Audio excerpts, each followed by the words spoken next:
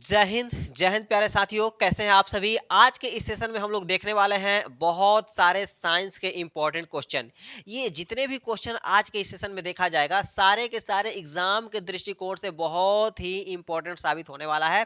तो चलिए आप सभी के सामने यहाँ पे देखिए फर्स्ट क्वेश्चन है, इसे देखिएगा बाबू। फर्स्ट क्वेश्चन कह रहा है कि रक्त में आयरन की कमी से होने वाला एक रोग, रक्त में आयरन की कमी से होने वाला एक रोग बताना है। तो यहाँ पे है बाबू टीबी और मधुमेह, एनीमिया और उच्च रक्तचाप। तो आप सभी को पता होना चाहिए जो एनीमिया है बाबू, ये एनीमिया है, ये आयरन की कमी से होने वाला रोग है। ठीक है ना बाबू, आयरन के कमी से होने वाला रोग बाबू एनीमिया है। अब सेकंड क्वेश्चन देखते हैं बाबू। सारे के सारे क्वेश्चन को ध्यान से देखने की आवश्यकता है। सेकंड वाला क्वेश्चन कह रहा है यहाँ पर बाबू, देखिएगा। कह रहा है कि श्वसन की क्रिया के दौरान कितनी प्रतिशत ऊर्जा ताप के रूप में निष्कासित होती है। बताना है कि जब श्वसन की क्रिया होती है तो श्वसन के क्रिया के दौरान कितनी प्रतिशत ऊर्जा ताप के रूप में निष्कासित होती है। तो 20, 40, 60 और 80% दिया हुआ है। तो मेरे प्यारे बच्चों, यहाँ पर 20% ऊर्जा होता है, ये बाबू निकलता है किसके रूप में बाबू। तो यहाँ पे देखिए ताप के रूप में। ठीक है ना। तो चलो ये हो गया। अब देखा जाए next question, question number third. हम लोग बिना समय गवाए हुए बहुत ही तेज गति से क्वेश्चन देखने वाले हैं। तो अगला क्वेश्चन कह रहा है कि मनुष्य के वृक्क एक तंत्र का भाग है जो संबंधित है। बताना है कि मनुष्य का जो वृक्क है एक तंत्र का भाग है और वो किससे संबंधित है। तो पोषण, श्वसन, उत्सर्जन और बाबू परिवहन। देखिएगा, न्यूट्रिशन, रेस्पिरेशन, इमिशन और बाबू ट्रांसपोर्टेशन। तो यहाँ पे बाबू होगा उत्सर्जन। वृक्क का काम है बाबू उत्सर्जन का। ठीक है ना। ठीक, तो यहाँ पे ऑप्शन बाबू सी हो जाएगा। ठीक, अब आओ नेक्स्ट क्वेश्चन को देखा जाए। क्वेश्चन नंबर थर्ड देखते हैं बाबू। थर्ड नंबर क्वेश्चन कह रहा है यहाँ पर, देखिएगा। ये देखो क्वेश्चन थर्ड नंबर कह रहा है कि मनुष्यों में सांस लेने और सांस छोड़ने की क्रिया को क्या कहा जाता है। मनुष्यों में सांस लेने और सांस छोड़ने की क्रिया को क्या कहा जाता है। श्वसन, श्वासोच्छ्वास, निश्वसन और बाबू यहाँ पे है इनमें से कोई नहीं। तो बाबू ऑप्शन बी होगा, श्वासोच्छ्वास कहा जाता है सांस लेने और सांस छोड़ने की क्रिया, यानी कि इनहिलेशन और एक्सहेलेशन को के जो क्रिया है उसको कहा जाता है बाबू रेस्पिरेटरी रेस्पिरेशन। ठीक है ना, यानी कि श्वासोच्छ्वास कहा जाता है। तो ये हो गया क्वेश्चन नंबर फोर्थ। अब देखो बाबू क्वेश्चन नंबर फिफ्थ कह रहा है कि मैग्नीशियम पाया जाता है। बताना है कि मैग्नीशियम कहाँ पाया जाता है। ऑप्शन ए है क्लोरोफिल में, ऑप्शन बी है लाल रक्त कण यानी कि आरबीसी, और ऑप्शन सी है बाबू जड़ यानी कि रूट, और ऑप्शन डी कह रहा है कि श्वेत रक्त कण यानी कि WBC यानी कि व्हाइट ब्लड कर्पसल्स। तो बाबू इसका ऑप्शन यहाँ पे होगा क्लोरोफिल। मैग्नीशियम कहाँ पाया जाता है। तो मैग्नीशियम बाबू पाया जाता है क्लोरोफिल में। तो पांचवा का ऑप्शन हो जाएगा बी। अब देखा जाए बाबू अगला क्वेश्चन है यहाँ पर आप सभी के सामने, छठवां नंबर क्वेश्चन है, इसको जरा ध्यान से देखिएगा। कह रहा है कि कौन सी क्रिया सभी जीव के लिए अनिवार्य होता है। कौन सी क्रिया सभी जीव के लिए अनिवार्य होता है। प्रकाश संश्लेषण, वाष्पोत्सर्जन, श्वसन और इनमें से कोई नहीं। तो बाबू श्वसन, श्वसन के बिना कोई भी जीव या पादप जीवित नहीं रह सकता है। ठीक है ना। तो बाबू श्वसन बहुत ही अनिवार्य है। ठीक, तो जब श्वसन की क्रिया होगी तभी भी कोई जीव जिंदा रह सकता है। तो ऑप्शन यहाँ पर सी होगा। अब देखो बाबू क्वेश्चन नंबर 7, ये रहा क्वेश्चन नंबर 7। बताना है कि जिब्रेलिन क्या है। बताना है बाबू श्वसन में कि यहाँ पे देखिए क्वेश्चन नंबर 7 में जिब्रेलिन क्या है। वसा है, एंजाइम है, हार्मोन है या कार्बोहाइड्रेट है। तो बाबू यहाँ पर देखिएगा, ये जिब्रेलिन एक हार्मोन है। जिब्रेलिन क्या है। जिब्रेलिन एक बाबू हार्मोन है। तो ऑप्शन हो जाएगा सी। चलो अब देखा जाए नेक्स्ट क्वेश्चन। नेक्स्ट क्वेश्चन कह रहा है यहाँ पर कि हार्मोन, बाबू देखिएगा, हार्मोन कहाँ से स्रावित होते हैं। अंतःस्रावी ग्रंथि से, बहिस्रावी ग्रंथि से, नलिका से और इनमें से कोई नहीं। तो बाबू हार्मोन जो होता है ना, ये अंतःस्रावी ग्रंथि से स्रावित होता है। हार्मोन कहाँ से स्रावित होता है। तो अंतःस्रावी ग्रंथि से बाबू स्रावित होता है। तो ऑप्शन ए हम लोग का जवाब सही होगा। नेक्स्ट क्वेश्चन है क्वेश्चन नंबर बाबू 9। क्वेश्चन नंबर 9 कह रहा है कि थायरॉक्सिन का स्रावण कहाँ से होता है? बाबू बताना है कि जो थायरॉक्सिन हार्मोन होता है इसका स्रावण कहाँ से होता है? तो बाबू थायराइड ग्रंथि से होता है। कहाँ से होता है? थायराइड ग्रंथि से थायरॉक्सिन हार्मोन का स्रावण होता है। तो क्वेश्चन नंबर 9 का ऑप्शन ए सही है। अब देखो क्वेश्चन नंबर 10।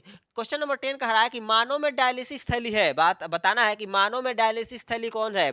तो यहाँ पे बाबू है न्यूरॉन, नेफ्रॉन, माइटोकॉन्ड्रिया और ऑप्शन डी है बाबू इनमें से कोई नहीं। Question number 10। तो कौन होगा बाबू इसका जवाब? तो यहाँ पे देख लीजिएगा बाबू, इसका जवाब होगा यहाँ पे देखिए नेफ्रॉन होगा, ठीक है ना। तो मानव में डायलिसिस थैली कौन है? तो मानव में डायलिसिस थैली बाबू नेफ्रॉन है, ठीक है ना। आगे देख लीजिएगा, नेक्स्ट क्वेश्चन है क्वेश्चन नंबर 11। ये रहा बाबू क्वेश्चन नंबर 11 कह रहा है कि जीन शब्द की उत्पत्ति किसने की? बाबू क्वेश्चन नंबर देख लीजिएगा 11 कह रहा है कि जीन शब्द की प्रस्तावना किसने की थी? तो जीन शब्द की प्रस्तावना बाबू वाटसन, मेंडल, न्यूटन और जोहानसन। तो बाबू जोहानसन ने की थी जीन शब्द की प्रस्तावना, यानी कि जीन शब्द का प्रयोग बाबू जोहानसन ने की थी, ठीक। तो क्वेश्चन नंबर 11 का ऑप्शन डी। अब आइए क्वेश्चन नंबर 12। ये रहा क्वेश्चन नंबर 12 है कि गुणसूत्र बने होते हैं, बताना है कि गुणसूत्र किसका बना होता है? तो डीएनए के, डीएनए तथा आरएनए के, डीएनए तथा प्रोटीन और आरएनए के। तो बाबू डीएनए, प्रोटीन और आरएनए के, ठीक है ना, ये तीनों मिलके बाबू बना होता है यहाँ पर गुणसूत्र, यानी कि क्रोमोजोम्स बना होता है। क्रोमोजोम्स में डीएनए, प्रोटीन्स और आरएनए बाबू तीनों पाए जाते हैं। तो ऑप्शन हम लोग का सी सही होगा। नेक्स्ट क्वेश्चन है क्वेश्चन नंबर बाबू 12। देखिए क्वेश्चन नंबर 12 है कि मेंडल ने अपने प्रयोग के लिए किस पौधे का चुनाव किया? मेंडल ने अपने प्रयोग के लिए किस पौधे का चुनाव किया? मटर, चना, सेम और बाबू इनमें से कोई नहीं। तो ये मटर है, ठीक है ना। अब मटर का चुनाव क्यों किया? तो बाबू मटर बाबू एक सीजन में हो जाता है, ये ठीक है ना, साल भर में इसका फसल कट जाता है, यानी कि साल भर का क्या एक सीजन बोलेंगे, एक सीजन में इसका फसल कम कट जाता है, 3 से 4 महीना में इसका पूरा तैयारी हो जाता है। और बाबू इसका वेराइटी भी बहुत ज़्यादा होता है, इसलिए मेंडल ने मटर के पौधे का चयन किया। नेक्स्ट क्वेश्चन है बाबू क्वेश्चन नंबर 14। कह रहा है कि द्विसंकर क्रॉस के फलस्वरूप उत्पन्न F2 पीढ़ी के पौधे का फिनोटाइप अनुपात क्या था? तो बाबू 3:1 नहीं बाबू, ये F1 पीढ़ी का है। यहाँ पर F2 पीढ़ी देखिए 9:3:3:1, यानी कि ऑप्शन बी हम लोग का जवाब सही हो जाएगा, ठीक है ना। देखिए F1 पीढ़ी में 3:1 और F2 पीढ़ी में हो जाएगा 9:3:3:1 हो जाएगा। तो ये हम लोग का जवाब ऑप्शन बी सही होगा। अब देखो नेक्स्ट क्वेश्चन है बाबू क्वेश्चन नंबर 15। बोल रहा है कि मनुष्य का वैज्ञानिक नाम क्या है? मनुष्य का वैज्ञानिक नाम बाबू क्या है? होमो इरेक्टस, होमो हैबिलस, होमो सेपियंस और इनमें से कोई नहीं। तो बाबू मनुष्य को बाबू होमो सेपियंस कहा जाता है, यानी कि मनुष्य का वैज्ञानिक नाम, साइंटिफिक नेम बाबू है यहाँ पर होमो सेपियंस, ऑप्शन सी होगा, ठीक है। चलो नेक्स्ट क्वेश्चन देखते हैं क्वेश्चन नंबर 16। क्वेश्चन नंबर 16 है कि कि वंशागत नियमों का प्रतिपादन किसने किया? वंशागत नियमों का बाबू प्रतिपादन किसने किया? चार्ल्स डार्विन, यहाँ पे है रॉबर्ट हुक, जेसी बोस और यहाँ पे है ग्रेगर जॉन मेंडल। तो बाबू यहाँ पर हो जाएगा ऑप्शन 16 हो जाए, 16 का हो जाएगा बाबू डी होगा, ठीक है ना। ग्रेगर जॉन मेंडल हो जाएगा। क्वेश्चन नंबर 16 का बाबू यहाँ पे जवाब हो जाएगा, देख लीजिएगा, ग्रेगर जॉन मेंडल डी, ठीक। अब आइए नेक्स्ट क्वेश्चन देखते हैं क्वेश्चन नंबर 17। क्वेश्चन नंबर 17 कह रहा है कि पुरुषों में लिंग गुणसूत्र होते हैं। पुरुषों में लिंग गुणसूत्र कौन होता है? एक्स वाई, एक्स वाई दोनों, अब बाबू इनमें से कोई नहीं। तो देखिए एक्स एक्स होता है स्त्रियों में और एक्स वाई होता है बाबू पुरुषों में, ठीक। तो यहाँ पे ऑप्शन बी हम लोग का जवाब सही हो जाएगा, ठीक। तो बाबू क्वेश्चन नंबर 17 का ऑप्शन बी होता है, पुरुषों में एक्स वाई होता है और स्त्रियों में एक्स एक्स होता है। अगला देखो क्वेश्चन नंबर 18। क्वेश्चन नंबर 18 कह रहा है यहाँ पर कि डीएनए में कितने प्रकार के नाइट्रोजन क्षारक होते हैं? तो डीएनए में बाबू 4 प्रकार के नाइट्रोजन क्षारक होते हैं, एडिनिन, गुआनिन, साइटोसिन और थाइमिन। एडिनिन, गुआनिन, साइटोसिन और बाबू थाइमिन होता है, जो कि 4 प्रकार के होते हैं, याद करके रखना है। डीएनए में 4 प्रकार के नाइट्रोजन क्षारक होते हैं। अगला क्वेश्चन है बाबू क्वेश्चन नंबर 19। देखिएगा क्वेश्चन नंबर 19 कह रहा है कि नर युग्मक एवं मादा युग्मक के संलयन को क्या कहा जाता है? तो नर युग्मक और मादा युग्मक के संलयन को बाबू निषेचन यानी कि फर्टिलाइजेशन कहा जाता है, ठीक। तो यहाँ पे क्वेश्चन नंबर 19 का ऑप्शन बी हम लोग का जवाब सही होगा।